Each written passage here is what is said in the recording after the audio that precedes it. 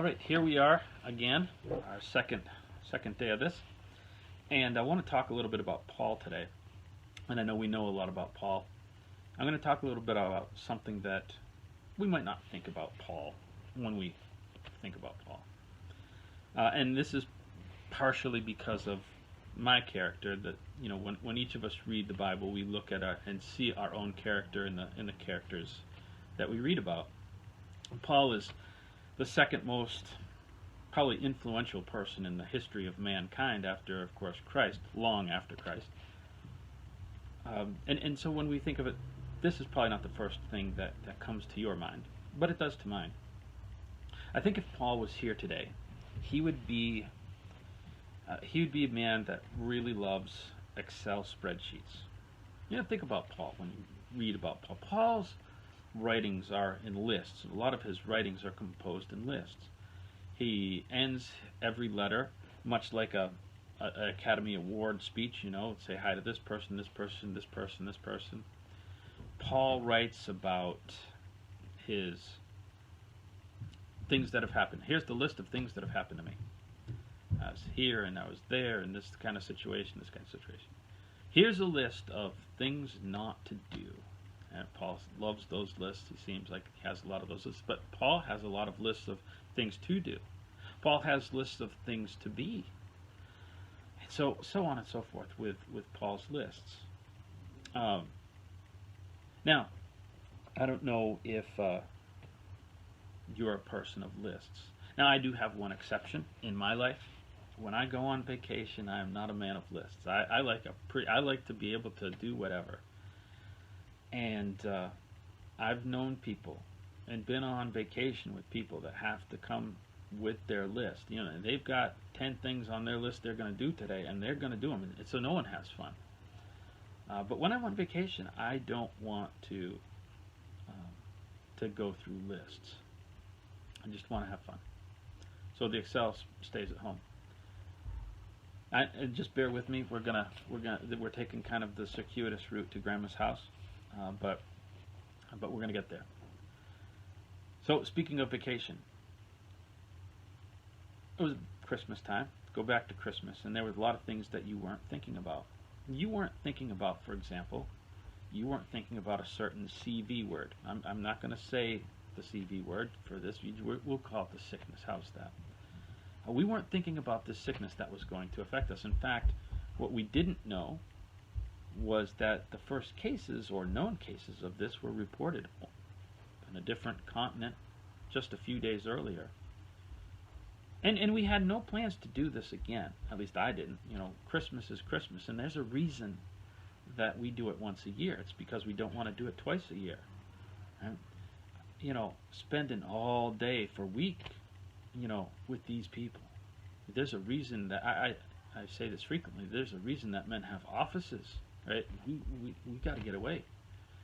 There's a reason that school exists. It's not so they can learn anything. It's just so we can get them out of the house. So,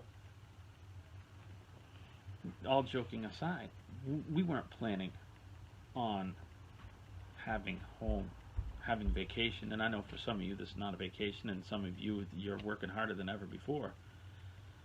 But a lot of people now are stuck in a situation where we're trapped here in captivity, like we talked about yesterday, and we are now in a completely different thing that we didn't plan. Well, Paul, there's a list in Paul, and this is where we're going to get to where we're going. There's a list in the book of Acts that talks about a list of things that Paul wanted to do. That's another type of list. If you read through the letters, Paul has a list of places he wants to go.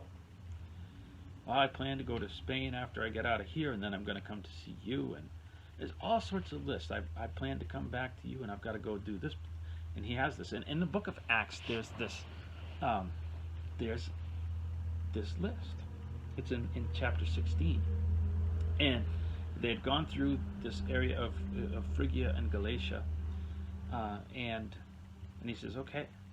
So he's looking down in his spreadsheet. He says, this is the place I'm going next. So he goes to Asia. Now, Asia's not China.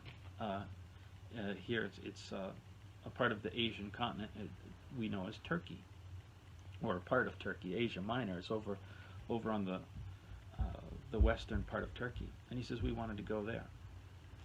And the Holy Spirit says, not exactly. Well, people with Excel spreadsheets, we have backup plans. We've got a third and a fourth and a fifth. We have contingencies. We're prepared.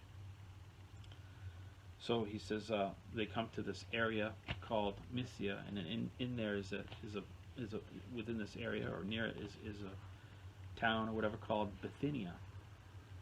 And so he says, we'll go to Bithynia. That's next on the list. I have that on my contingency plan. Not so fast, Paul, God says. So now what? And so he has a dream, and I wish I had these dreams. I wish I had the thing when God told me, here's what I want you to do. But it doesn't work like that for me. But it was Troas, and so they go across, and we know the story of Troas and this dream. Come over to Macedonia. So God helps them with this plan.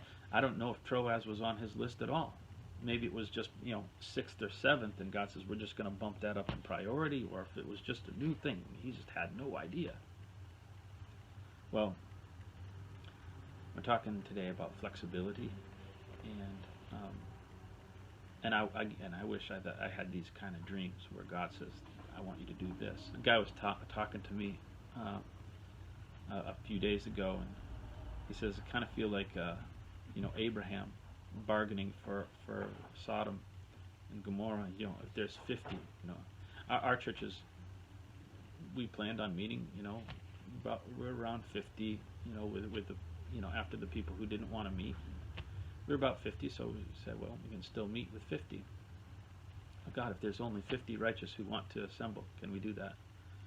And pretty soon it's down to 10. Now it's down to, the governor changed it. He said, no, groups of 10. God, if there's only 10, can we meet in groups of 10? Well, that's our plan. Now we've gone down the list of things to do. And so here we are. We're planning on groups of 10. Who knows if that'll get taken away from us? And God says, no, I've got something else for you. But for right now, we're planning on groups of 10. I'm a man of spreadsheets. And I began this year, I had the spreadsheet of sermons. And not exactly every detail, but I had kind of the texts that I was going to be preaching from right up through May. Well, that's kind of gone. We're just going to do lessons and communion and meet together and do some informal things, and we'll do kind of some of the things that I'd planned when we get back together, whenever that is. But it requires a little flexibility. I had plans. So when this all changed, I had my second contingency, and I thought of an idea, a ministry.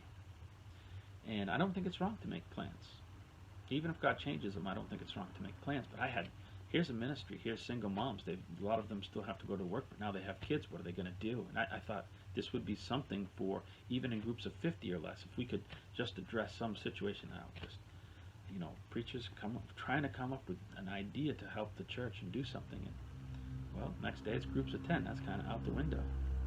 That ministry is going to be hard to pull together. Not really realistic. And since it's only groups of 10 and a lot of more things have been shut down, a lot of parents are home anyway, so it's not really as much a need as we had a few days ago. What are we going to do? I don't have a vision. But I have more contingency plans, and if God allows it, then we'll just consider it as something we can do. Among the noises that you hear upstairs are of my sons. And I have an older son, and I don't know exactly when, but I know that during this time period, one of the things that's going to happen, he doesn't know it. I'm going to clue you in. Don't tell him if you know him personally. Don't tell him on Snapchat or whatever he's on. But he's going to do a lesson or a Lord's Supper thought. He's going to do something. We're going to take the time. If we can't do a great ministry, I'm sure Paul thought, man, there's a place I can really be effective. There's a place that's yearning for the gospel over there in Western Turkey, and I can go there. Or Bithynia, I can really do something there. God says, that ministry can wait. there's, it's good to think about things, but and those might be things we do later on. But right now, here's this little thing. Just this one guy over here wants this one thing. So it might be that us meeting together in small groups might give our young people an opportunity to develop their talents, and so that when we come in a larger group, it's not so big of a deal. Whatever the case is, in your situation, however you are, just learn to be flexible and to be open to plans changing as we have it, and still trying to remain effective. So that's the thought for today, and we'll see you hopefully tomorrow.